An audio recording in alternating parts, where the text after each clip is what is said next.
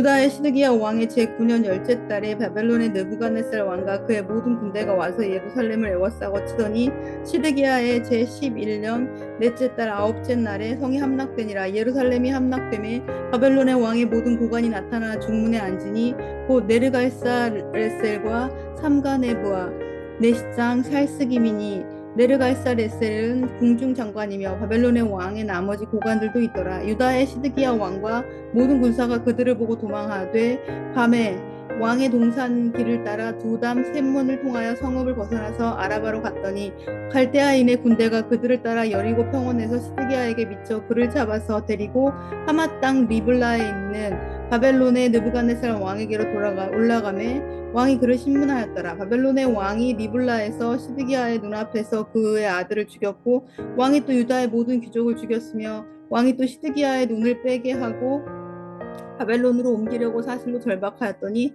갈대아인들이 왕궁과 백성의 집을 불사르며 예루살렘 성벽을 헐었고 사령관 느부사라단이 성중에 남아있는 백성과 자기에게 항복한 자와 그 외에 남은 백성을 잡아 바벨론으로 옮겨냈으며 사령관 느부사라단이 아무 소유가 없는 빈민을 유다 땅에 남겨두고 그날의 포도원과 밭을 그에게 주었더라. 바벨론의 느부갓네살 왕이 예레미야에 대하여 사령관 느부사라단에게 명령하여 이르되 그를 데려다가 선대하고 해하지 말며 그가 내게 말하는 대로 행하라. 이에 사령관 느부사라단과 내시장 느부사르반과 궁중장관 네르갈사레셀과 바벨론의 왕의 모든 장관이 사람을 보내어 예레미야를 감옥들에서 데리고 사반의 손자 아이감의 아들 그다랴에게 넘겨서 그를 집으로 데려가게 하매 그가 백성 가운데 사니라.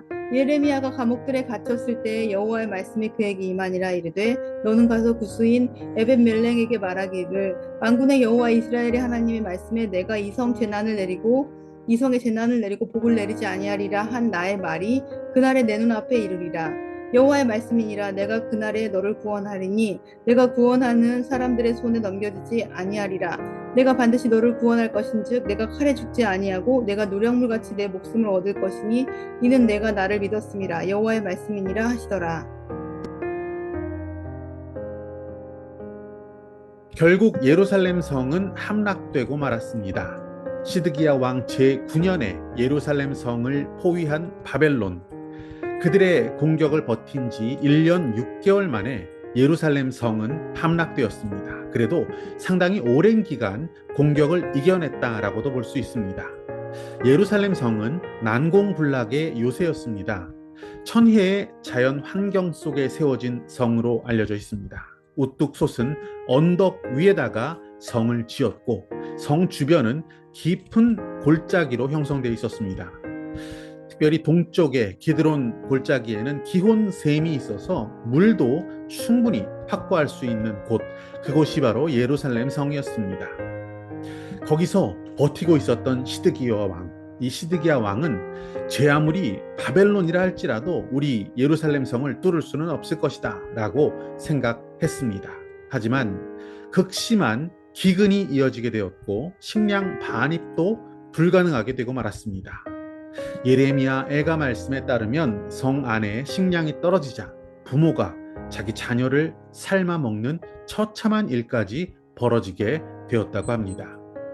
게다가 성 안에는 질병이 창궐하게 됩니다. 더 이상 예루살렘 성 안에서 버틸 수 없는 상황이 되었던 것이죠. 그들이 그렇게 포위당했던 1년 6개월간의 시간은 어쩌면 하나님께서 이 시드기야 왕에게 그리고 유다 백성들에게 주셨던 마지막 기회였을지도 모릅니다. 하지만 끝내 왕은 하나님 따르는 것을 거부했고 이 무너지지 않을 것 같은 예루살렘 성, 이 우리를 버티게 해줄 이 성을 더 믿었던 것 같습니다. 예루살렘 성 건물의 그 위용을 바라보면서 왕은 이 건물을 의지했고 하나님을 신뢰하지 않았던 것입니다. 결국 성은 뚫리게 되었고 바벨론에게 함락되기 시작했습니다. 그때 시드기야 일행은 밤중에 몰래 변장을 하고 비밀 통로로 성을 빠져나가 도망칩니다. 결국 요단강 가까운 곳에서 바벨론 군대에게 붙잡히게 됩니다. 시드기야 왕 일행은 바벨론 왕인 느부갓네살 앞으로 끌려갑니다. 거기서 신문을 받고 자기의 아들들 그리고 귀족들이 처참하게 죽는 모습을 지켜보아야 했습니다. 그 후에 왕 자신의 눈도 뽑히게 되고 쇠사슬에 끌려 포로로 끌려가게 됩니다. 하나님이 아니라 예루살렘 성이라는 건물을 의지하고 신뢰했던 자의 마지막 비참한 모습이었습니다. 그렇다고 해서 예루살렘 모든 사람들이 다 시드기야 왕처럼 비참한 운명을 맞이한 것은 아니었습니다. 바벨론 왕 느부갓네살은 예레미야를 지목해서 예레미야를 특별히 선대해라라는 명령을 내리게 됩니다. 그래서 예레미야는 시위대 뜰에 갇혀 있다가 석방됩니다. 그리고 그는 3대에 걸쳐 하나님을 신실하게 섬겼던 그다랴라는 사람의 집에 거하게 됩니다. 그리고 예레미야가 구덩이 감옥에 갇혔을 때 구해주었던 사람, 바로 에티오피아의 내시 에벳 멜렉이라는 사람도 역시 그 상황 가운데, 그 전쟁 가운데에서 안전히 거할 수 있는 길을 얻게 됩니다. 예루살렘이 패망하게 된 그날에는 모든 사람이 망한 것이 아니라 구원받는 사람도 있었다라는 것을 알 수가 있습니다. 그들의 운명이 그렇게 갈린 이유, 그것이 무엇이겠습니까? 이것은 간단합니다. 예루살렘 성이라고 하는 건물, 난공불락의 요새를 의지했고 환경적인 그 안전함을 신뢰했던 자들, 누굽니까? 시드기야와 귀족들, 그들은 환란의 날에 비극적 운명을 맞이했지만 예레미야를 비롯한 하나님 사람들, 하나님을 의지하고 하나님의 뜻을 따라 신실하게 살아왔던 자들은 하나님 손에 의해서 구함, 건짐을 받게 되었습니다. 유다 나라가 멸망의 날을 맞이한 때 벌어졌던 그 일과 같이 이 땅에도 이 땅의 역사가 끝나는 마지막 날이 있다는 것입니다. 그날에도 그때와 똑같은 일이 벌어지게 될 것을 예수님께서 말씀하신 바가 있습니다. 마태복음 24장 말씀을 보시면 예수님께서 제자들에게 이렇게 말씀하십니다. 그때 그 마지막 날에 두 사람이 밭에 있다가 이런 말씀을 하십니다. 그리고 또 그때 그 마지막 날에 두 사람이 맷돌을 갈다가 라고 말씀하시면서 마지막 날이 올 것이다. 그날이 있다. 종말이 분명히 있고 그날에는 다른 운명을 가진 서로 다른 운명을 가진 두 부류의 사람이 있게 될 것이다. 이렇게 설명을 하셨습니다.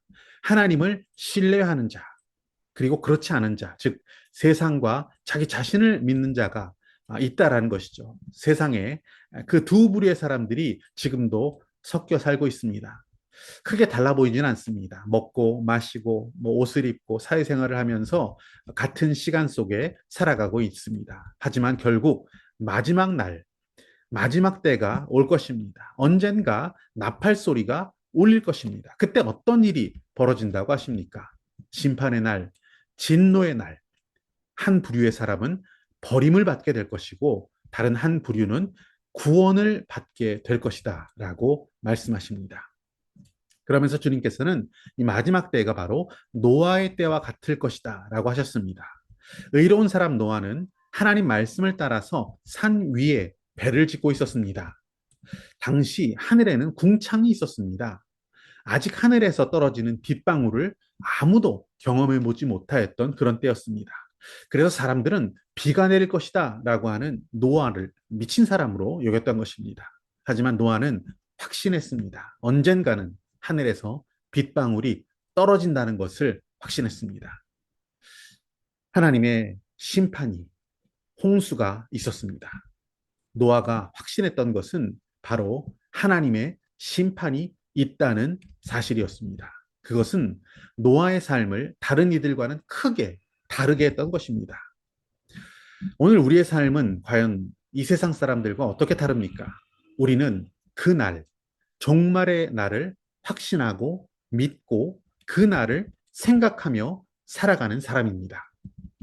예루살렘의 멸망이 올 줄 모르고 이 건물과 성의 환경을 신뢰하고 있었던 시드기야는 비참한 인생의 결말을 맞이했습니다. 하지만 하나님을 신뢰하고 그 말씀 그대로 될 것을 믿고 준비하며 살았던 예레미야와 하나님의 사람들에게는 구원이 주어졌습니다. 여러분, 마지막 날, 그날이 있습니다. 그날이 올 것을 믿고 그날을 생각하며 살아가는 자가 지혜롭습니다.